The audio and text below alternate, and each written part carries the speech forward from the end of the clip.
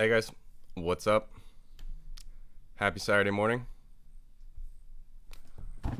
Been a little bit since I've seen you guys. I think it's been, we're probably coming up on 3 weeks since I did a garden update. And really not much other than the garden update. But garden's going well. You guys haven't really missed out on anything, just continued on. I've actually been gone a significant amount, probably at least 3, maybe 4 days out of each week. So just kind of just getting back into it, keeping up with maintenance. But again, the garden's looking good. If you guys are following me on Instagram, I post a little, nightly swipe over. And last night I was actually on the back side of the garden, getting all the getting everything that's up against the wall. There's some coals that started to fall down, things like that. So just weaving those back into the trellis. But things are looking good. What's everyone out in the YouTube world up to? I don't know how many we're going to get here on this morning stream, but I don't actually have anything majorly planned. I just figured I'd come, say, hey, answer some questions. I actually got to make some rosin. I've been smoking flower for the past week or so, and I believe it's time to get some melt going again. So that is what I'm trying to do here. Let me pull up chat. See you guys are out and about. Awesome. Got a few regulars, and a few of you guys were in here pretty early, just chatting between you two.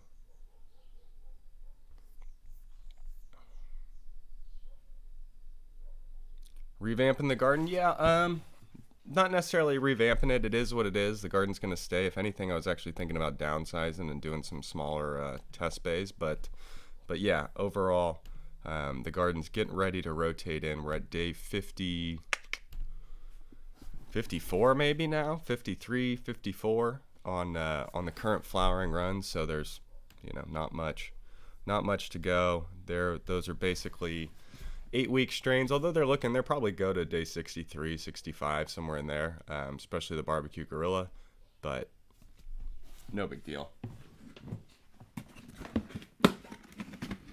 Got a tub.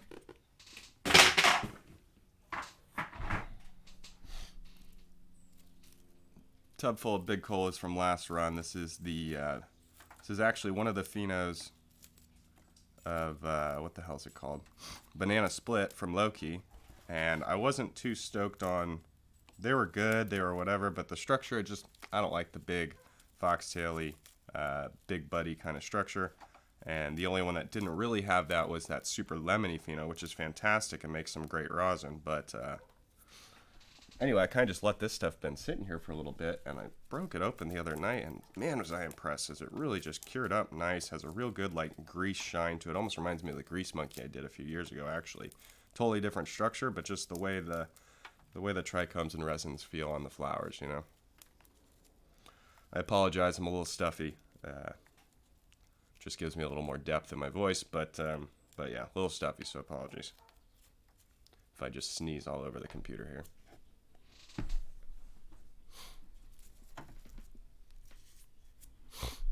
How much did I yield on that last Gorilla 4x4? I pulled about 2 1/4. 2 1/4, a little more in larf and some things, but about 2 1/4 of grade A. It's pretty good run for the glue. I know people yield more than that, but for me, that's a solid run. 2 1/4 off around 590 watts for the most part. I was running those at. Pretty good. So right now we'll break up 20, 30 grams of this here, and then we'll press out 2 or 3 bags of rosin. Should last me a few weeks there. But like I said, I didn't give this strain its time, and poor mistake, because man, did it cure out? It cured up so nice. But I've worked through the lemon pheno. Made a lot of glue rosin, just kind of want to mix it up a little bit.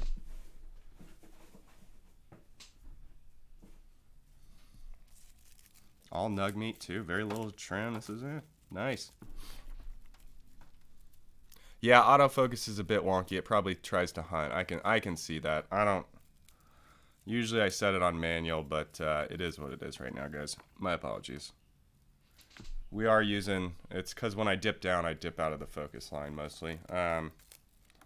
We are using my actual camera. We're not using the webcam, so a little higher quality visuals when it is in focus, I guess. But yeah, I'm shooting at 2.8 and it is what it is.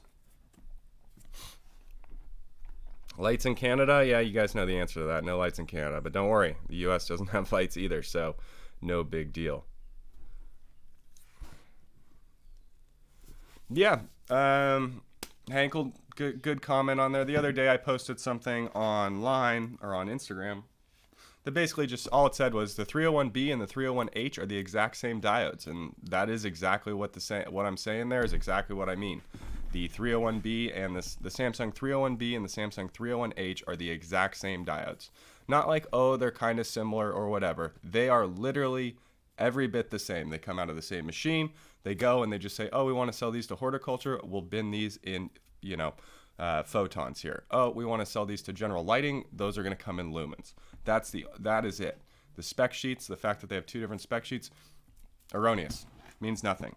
And this isn't something I'm making up. This is something exactly straight out of Samsung's mouth. This is not my opinion. This is the actual fact of the matter. Now, that said, the 301B and the 301H are the exact same diode. They now have a 561H, which is the equivalent of a 561C for horticulture. Now, that is not the same diode. The horticulture diode is special compared to the 561C, but the 301B and the 301H are identical. And there are no differences, no extra processes, no less of processes. They are the same exact diode. So when you see people advertising 301H or 301B, there is no difference. So just to throw it out there. So with that said, now that I've said that and whatever, you might start to see some people who are using 301Bs calling them 301Hs.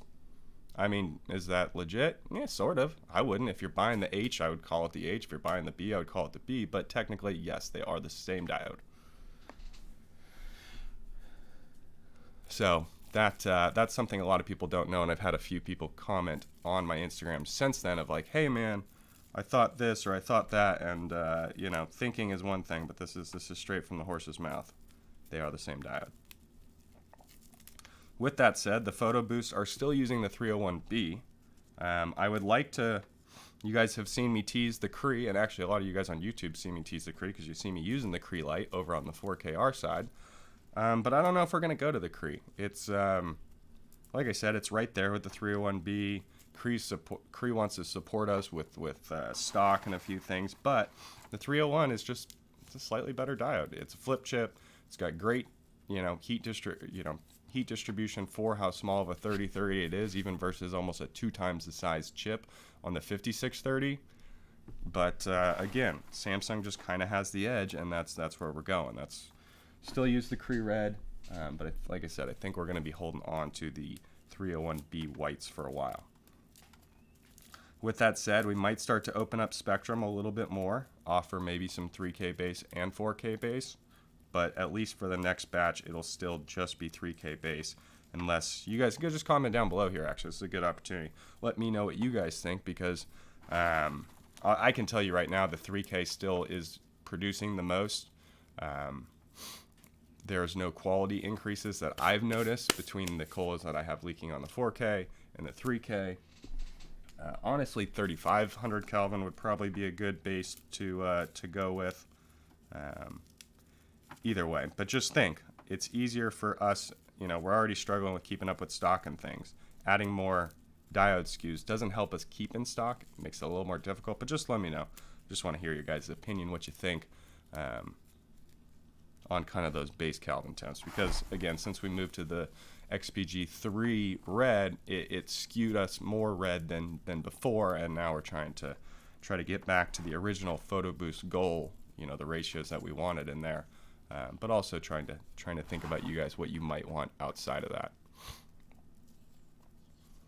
that. Really want some strips for blue. You'll probably never find our strips with a blue high-powered diode on there. The reason is because a blue diode and a white diode, the blue that comes through a white phosphorus conversion diode is just blue. It's not phosphorus converted blue. It's just blue that has escaped through the phosphor without any stoke loss there. So you probably won't see that, but that's kind of where this, if you wanted a more blue, that's where, okay, you might want a 4K. I don't think we go much more than 4K, but 4K would get you that extra blue content you're looking at.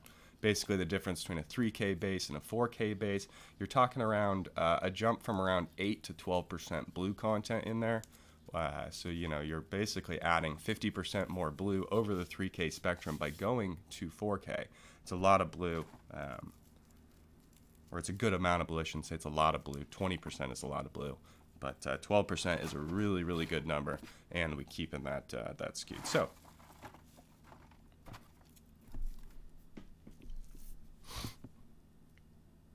yeah, 5K, that's a lot of blue. You start to get into some issues there, and it's just not necessary.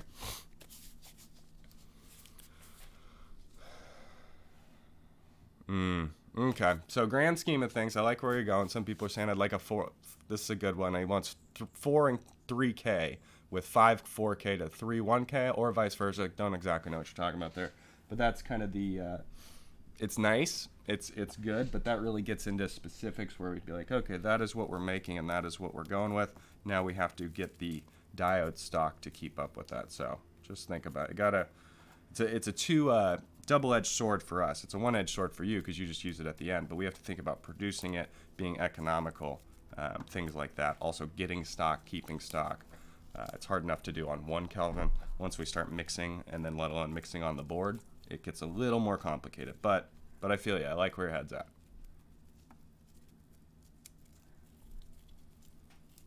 But with something like that, say we wanted to do that, that would come out to, you know, 4,000. You'd probably come out to like a 3,600 Kelvin with that, maybe a little higher, 38.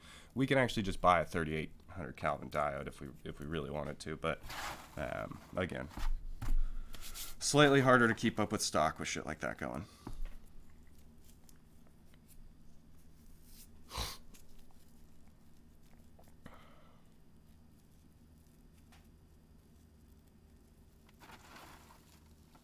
Yeah, again, man, mixing diodes on the board like that just gets a little too complicated for stock. So I'd rather just go with a single base. But yeah. What's my take on Nichia? Nichia 757s are a great diode. They're just not as good as the Samsung 301B. Price-wise are not as good either. And there's just a few things, you know, that's basically it really is. They don't have the price and they're not quite leading the pack. So to me, that's something I'm not going to really get into too much.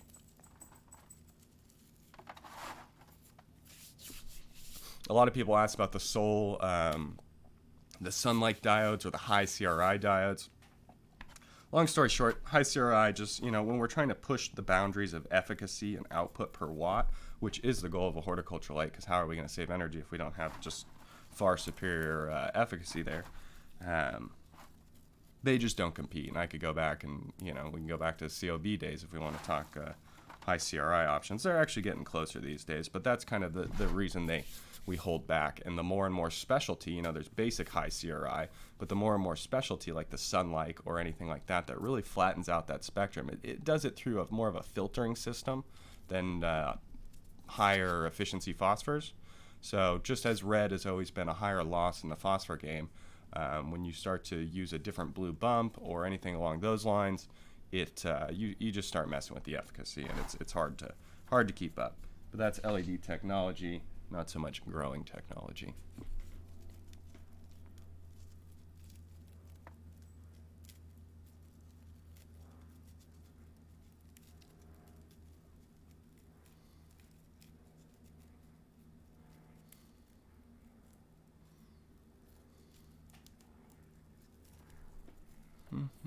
Try to keep up with you guys.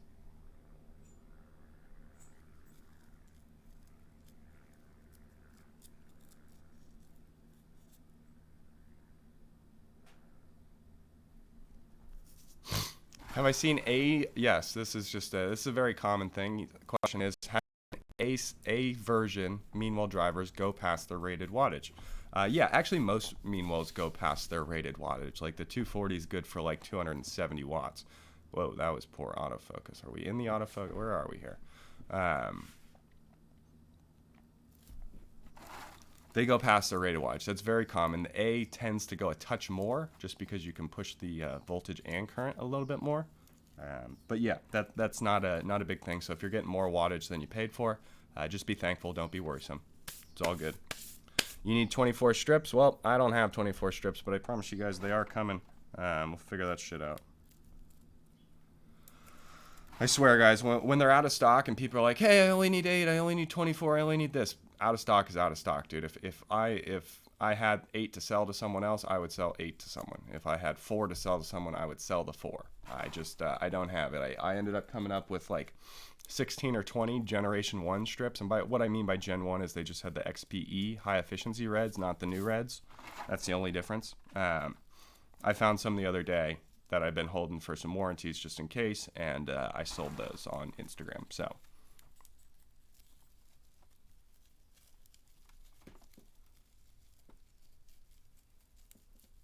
how's the golf game? What's up, dude? Good to see you. Golf game shit. I actually wanted to go to the range last night, but did not make it. Okay. How much pot we got here?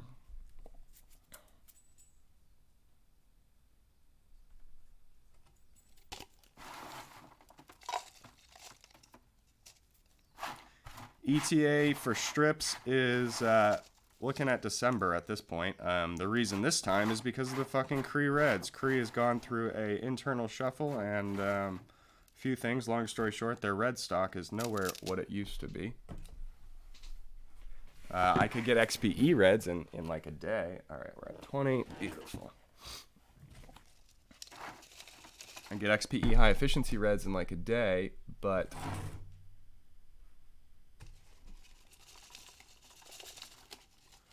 no one wants high efficiency Reds anymore, and totally understandable. The new shit's out. Let's get it in there.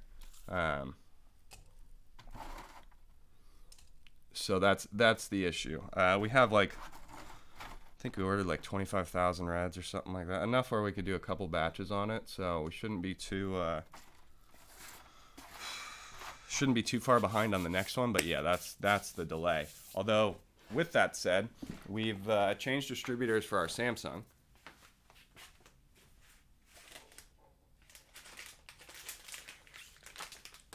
We've changed distributors for Samsung, working with Samsung a little more directly here.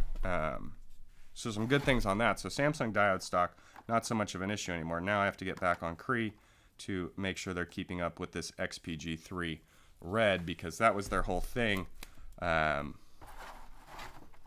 They were struggling with yields at some point, getting the yields on the die. They're using this new 2mm epi die.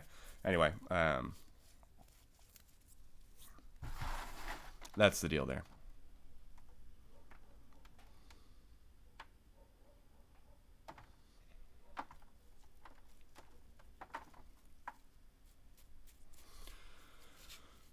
Which, yeah, Cree. Heat sinks. Yeah, we have heat sinks. Okay, so actually on heat sinks is a good topic. Sorry, I'm filling a rosin bag right now. But heat sinks are a good topic because we have the PLC heat sink, which is, in my opinion, kind of the best heat sink out right now. And it is thermally. It performs better than anything.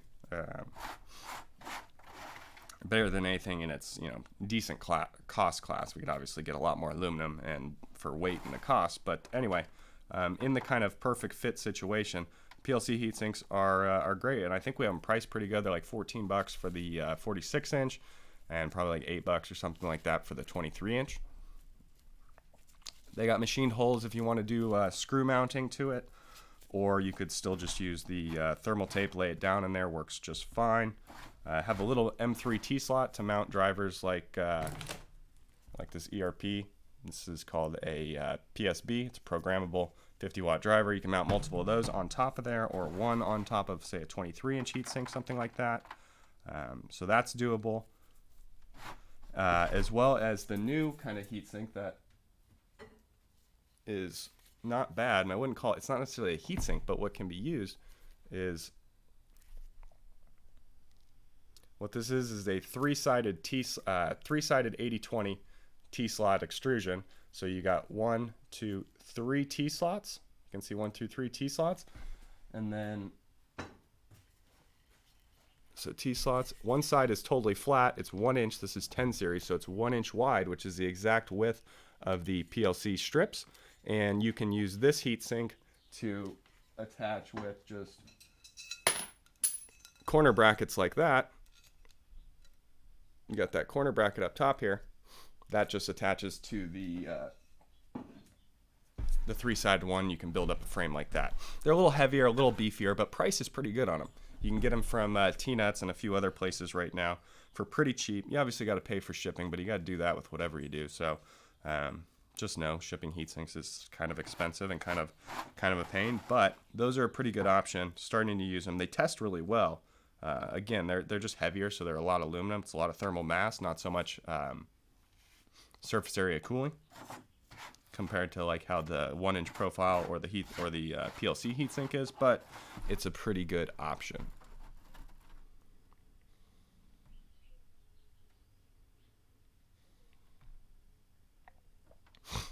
Technically, that was 10 series 8020 or 10 series aluminum extrusion, whatever you want to call it. But I'm pretty sure that was got from T-Nuts, but T-Nuts was out of stock for like 3 months. I totally forgot I ordered some, and just like 2 weeks ago, those showed up. I got some 23-inch ones, and you can get it in 46-inch, and you can make a super panel like that. Again, it's just 3 series.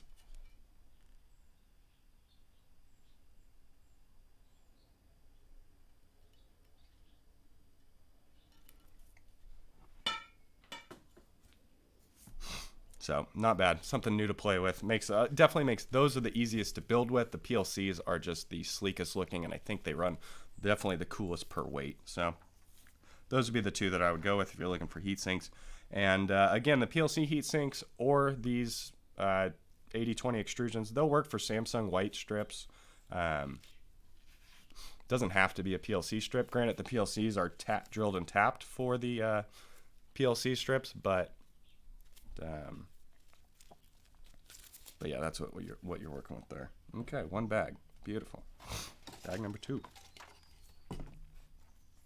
Let's go. Hold on, give me 1 second. I'm gonna turn on the press so it's ready for us.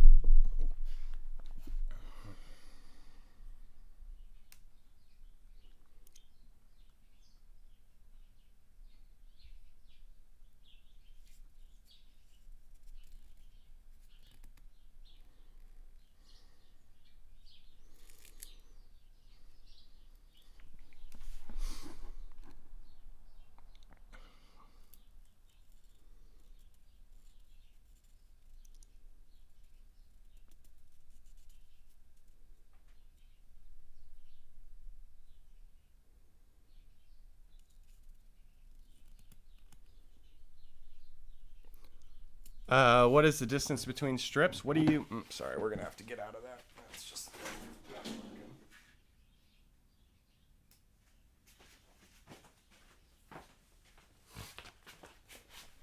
Distance between strips is... between strips is up to you. It's however big your setup is.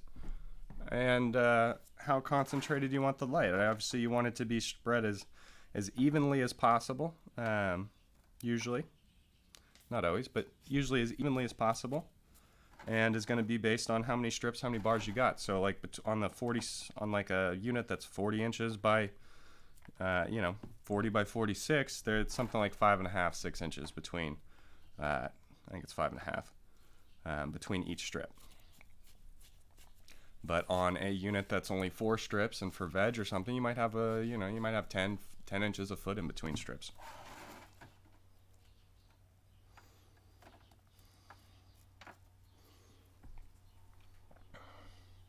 Do I see the benefits of UV? Not so much. I mean, there are benefits of it, but most of the people looking for the benefits of UV, UVs that last 3-4%. Hey, hon, what's up? Good. What are you doing?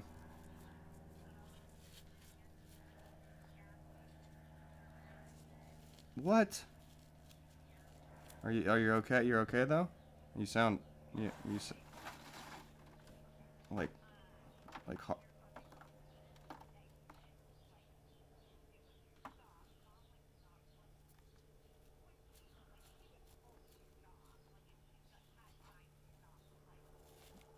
okay. Jesus.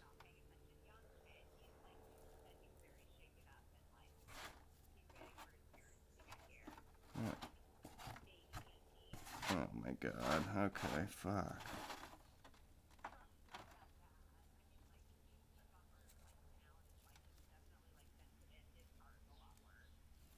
Jesus Christ. Yeah, fuck. But you're okay.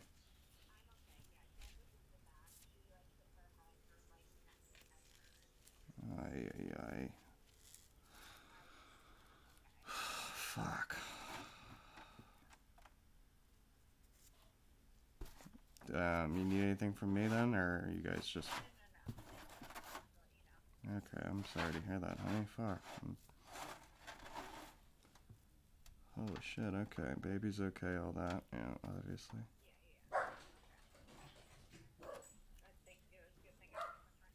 Yeah. Jesus Christ, okay. Well, get his insurance, all the stuff, Oh, fuck. That's gnarly. Okay.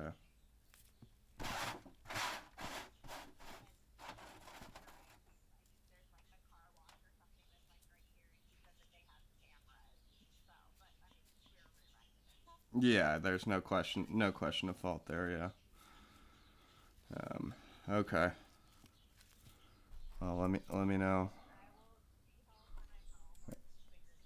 Okay. Well, love you. Sorry. Well, fuck. My wife was just rear-ended. That's not fucking great. Yeah, car crash. You guys got it. She's getting off. She's okay. It was. They were stopped at a off ramp, freeway off ramp. Some young 17, 18-year-old kid fucking just rear-ended them. He's all shaken up. They're okay. Fuck. My wife's pregnant though, so that's not fucking chill in any sense. Fuck. She was fine. She sounds fine. We'll obviously get her checked out and make sure everything's good. We were just at the doctor yesterday. Fuck. They were in my father-in-law's truck. That's why. Ugh. Fuck. Oh well. She sounded fine. She was fine. She was making sure that that I knew she was fine and not so I don't freak out. But you guys know how that is. Yeah. Thank you guys. Congratulations. Obviously, I don't go around on my Green Jeans account saying things like that. But son of a bitch. We have a bunch of chores planned today. I'm actually going to paint the shed. I haven't painted the shed since I built it a year and a half ago. So I'm going to paint the shed, hopefully keep the temperatures down a little bit there. Nice, 12 grams there. 11 grams there. Beautiful. Some nice rosin bags. But yeah, she says she's okay. All is good. I don't know. Yeah, no, she was in a truck, mid-sized truck. Joe drives a That's like a Frontier. I think she's in a Frontier. I drive an F-150, but she drives an Acura RDX. That's pretty safe. Anyway, yep, honeydew list. Doing some things for the nursery. Putting some shelving in the nursery. Painted that. Crib came last week. Mowed the lawns last night, so I wouldn't have to do that today. No paint on the shed. Yeah, no, paint the shed. Dude, the thing gets hot. Even during the day, my temps are like 80 degrees all day long. During the night cycle, which is the day, currently the lights are off.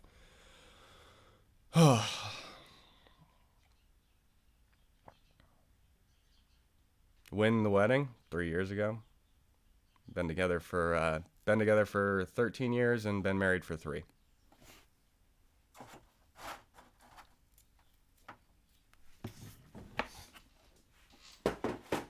Oh, hey puppies.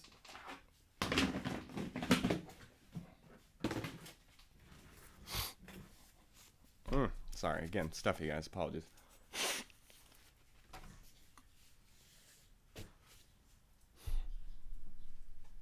Where did my handy skills come from?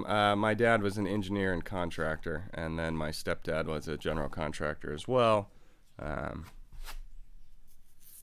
And my grandpa just, I don't know what fucking he ever did. He's been retired my whole life, but he's just a boss. So, in the Tagley family and the Weber family, I guess I would be on that side. Oh, yeah, you guys don't know. Anyway, means nothing to you, but anyway, in the family, you get shit done.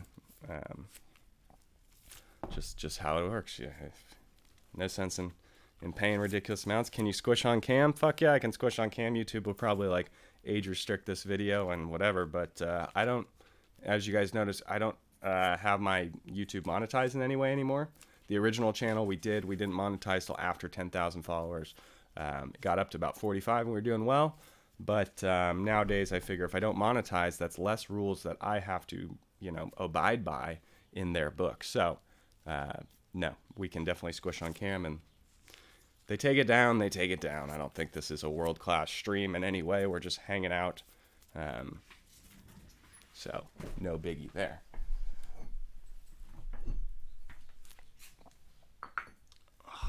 My pre-press.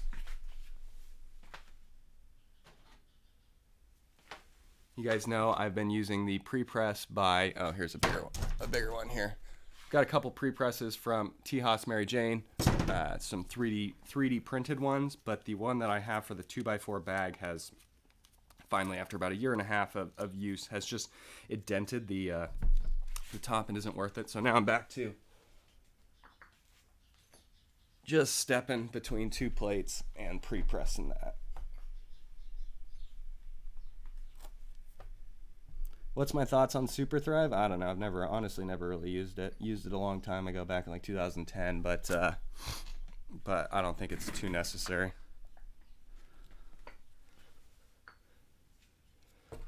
If you are new to the channel, you don't know much about my nutrient setup. I use the very least to get the very most is kind of the mantra of the channel, or of how I grow. I'm not wasting my time on excess things that tell you they do something when in fact the numbers say differently. Bud booster means nothing to me, but increase in potassium and phosphorus, that means something to me.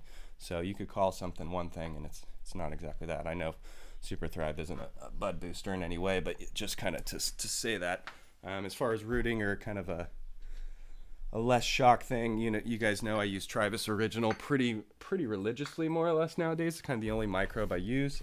Still use some mycorrhizin when I transplant, and every now and then a dash of recharge. Still have some, so I don't hold back. 235 people and 10 likes. That sounds about right. I'm actually surprised there's 235 of you in here. Are there really? It does say that there are 250. Wow. What's up, boys and girls?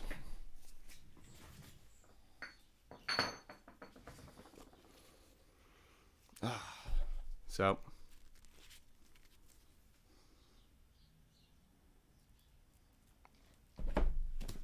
let me grab some parchment, come back out, and then I'll move the camera setup, and we can go check out the press.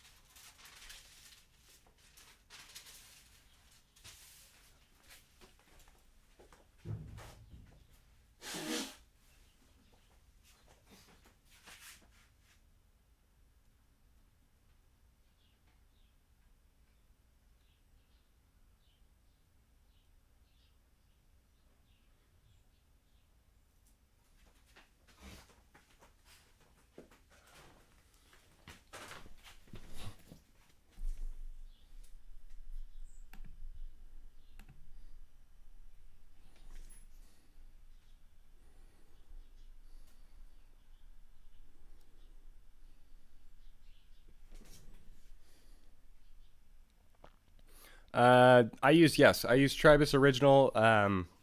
I've bought a thing of Grow. I've gotten a thing of Bloom. I've gotten refills on them. They're fine.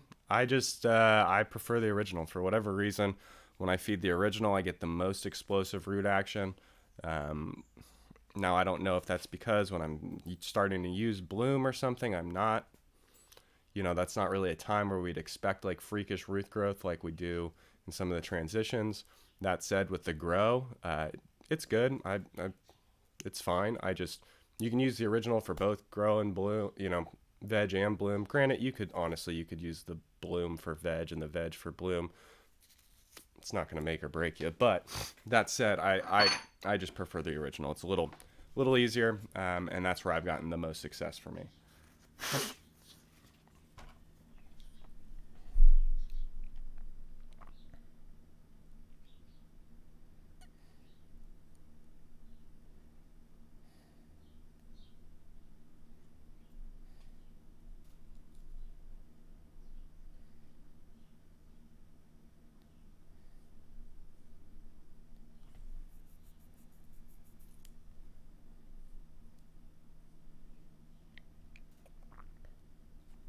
Yeah, fuck Floraflex. You guys all know how I feel about Floraflex. Has nothing to do with the actual product they're making. It's fine.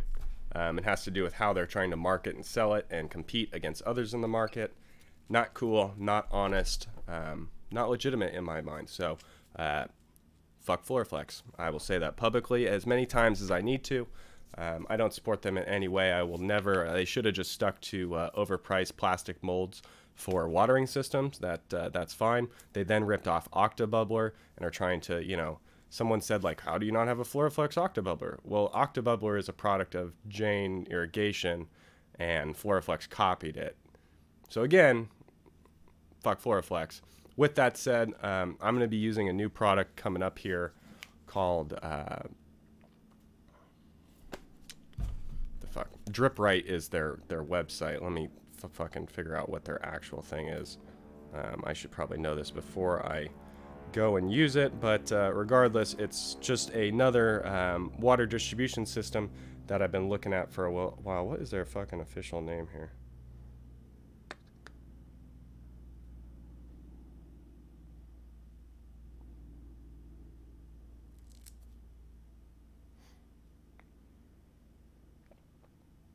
Hydrolock. That's what it is. Fucking retard.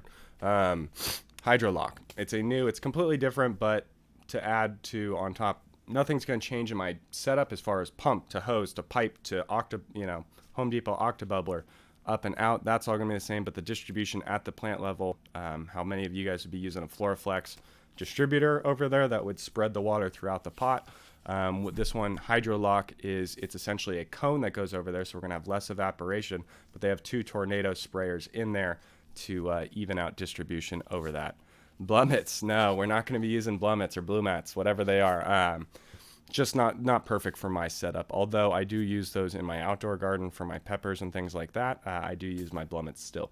So, great system. Actually works really, really well. It works really well with good nutrients like Jack's, like a very soluble nutrients. I've never had any like salt buildups in the lines or anything like that, so I never had any issues with Blummets. Good systems. How do I spell what? Hydrolock, Lock. Check them out on Instagram. You can check them out. It's just a distribution system, but that's my here you go. Let's start to look outside these overpriced plastic molds. They're like $12. They're pretty affordable, and again, you don't need to buy the whole setup for them to use. You can just use the end, and I'll be showing them on the channel here in a little bit. With that said, I'm gonna start using Floraflex. That would have been funny. No, I won't even give Floraflex the chance to do a side by side anything. I will never let them in my garden. Just speak with your dollars, and those are mine.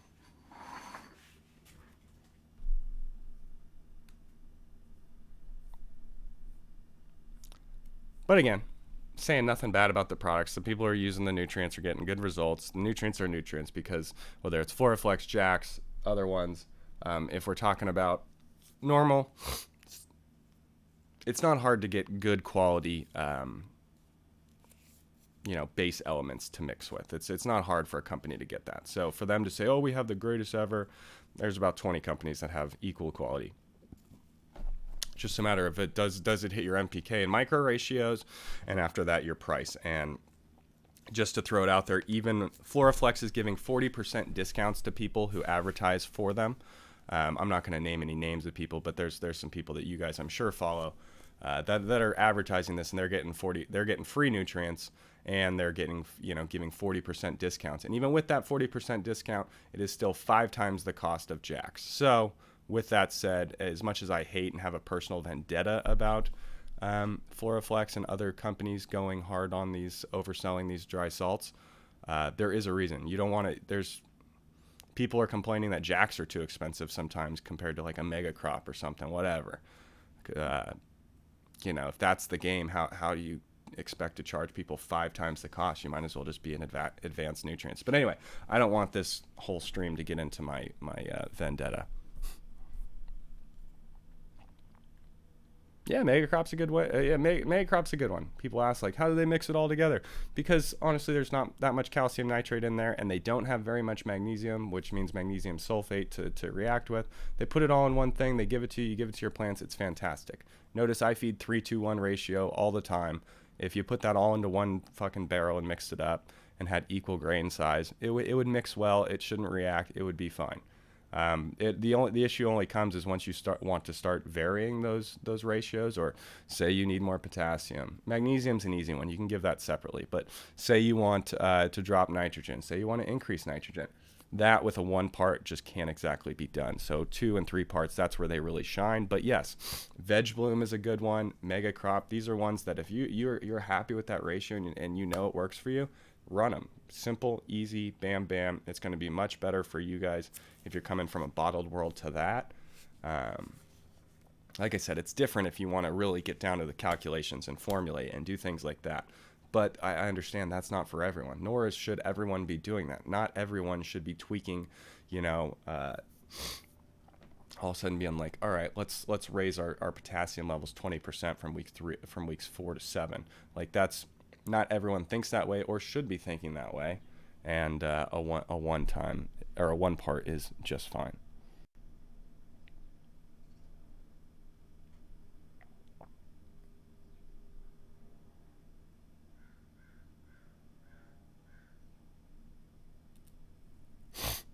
What do I use for soil? General Organics or Remo? I wouldn't use either. I wouldn't use either. General Organics is I'm not a huge fan. I actually have used that line. It's one of the few lines I have used. If you're going to try to stay organic, do it through amendments. Do it through a rich, healthy soil. You're not going to get it from a bottle if you're trying to stay organic. Remo, it's good. You're paying for water. You're paying for unnecessary shipping. I don't have experience, but again, it's one of those ones that, it's a nutrient line. It has decent ratios that aren't outside of ridiculous acceptability, and people are getting results with it.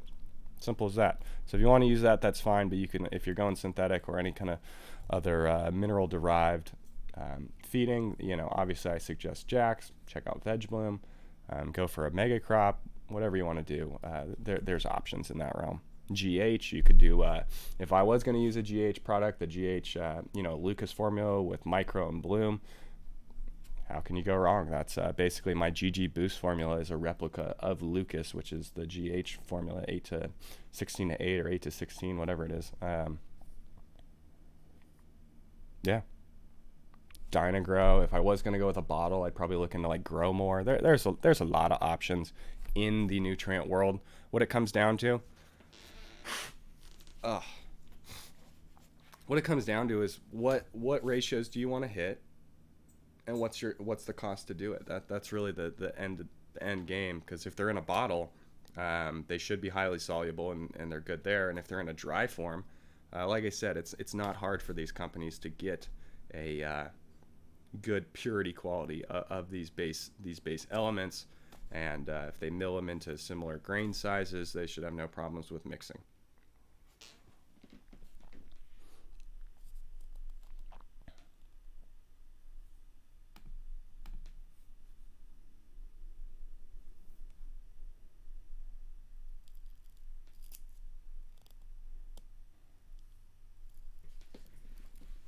Okay.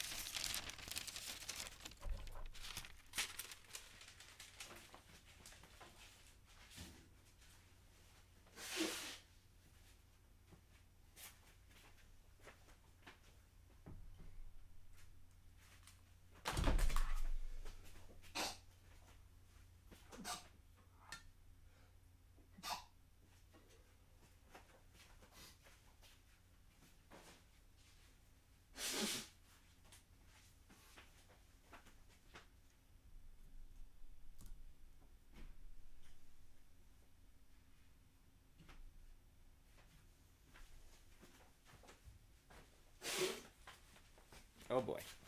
What happened to the video?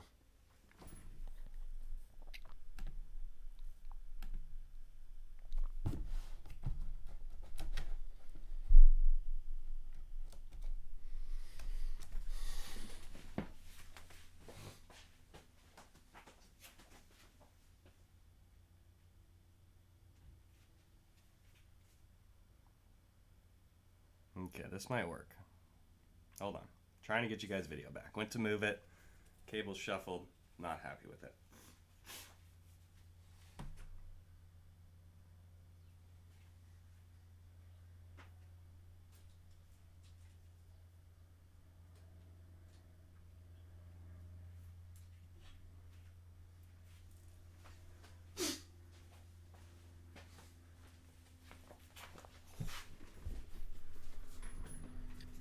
All right, guys. I know you can still hear me, but no audio, I'm guessing, or no visual.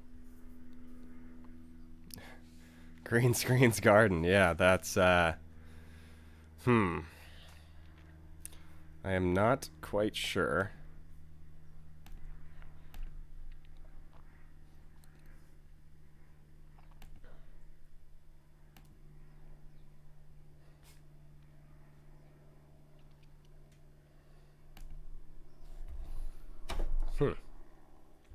Not too good. Technical difficulties, ladies and gentlemen. This is not as planned, obviously.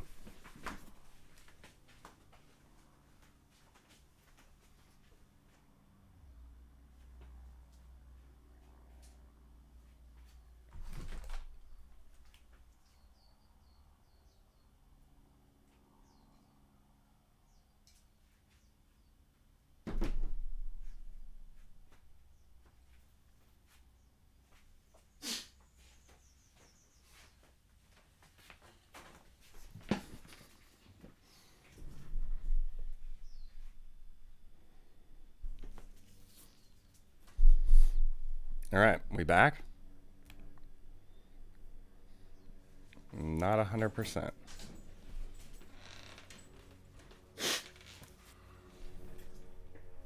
All right, I like it. Okay, we're working. We're working. Okay, my wife's home, guys. She just got home, as you guys saw earlier in the stream. She was just rear-ended, so I'm gonna go. I gotta go, guys. All right, I'm coming in right now. All right, peace, guys.